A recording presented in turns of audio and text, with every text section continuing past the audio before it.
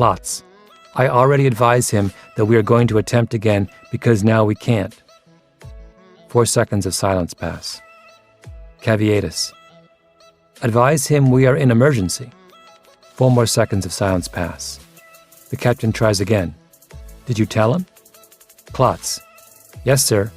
I already advised him. Klotz starts talking to air traffic control, going over routine details. 150 maintaining 2 lined up the plane on the wrong runway, and his first officer had quickly pointed out the error. The memory made Ratwadi laugh. Massa is Swiss. He was very happy to correct me. He was giving me shit the whole way back.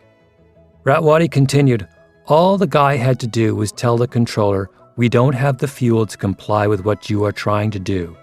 All they had to do was say, we can't do that. We have to land in the next 10 minutes. They weren't able to put that across to the controller. Further apart.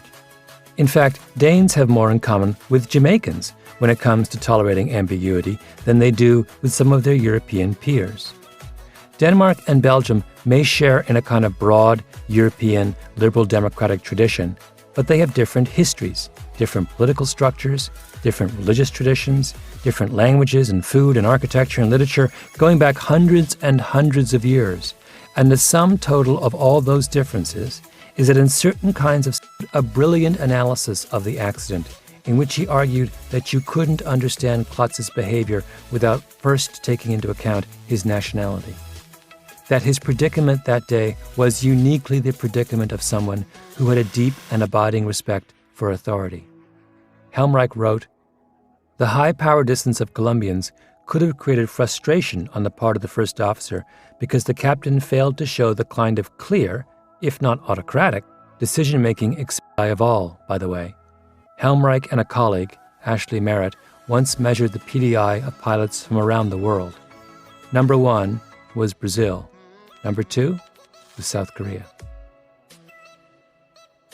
The National Transportation Safety Board, the U.S. agency responsible for investigating plane crashes, is headquartered in a squat 70s-era office building on the banks of the Potomac River in Washington, D.C. Off the agency, storm cells are all around them, and what the captain seems to be doing is assuming that at some point he's going to break out of the clouds and see the airport. And if he doesn't see it by 560 feet, he'll just go around.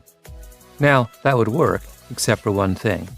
The VOR on which he's basing his strategy is not at the airport. It's 2.5 miles away on Nimitz Hill. There are a number of airports in the world where this is true. Sometimes you can follow the VOR down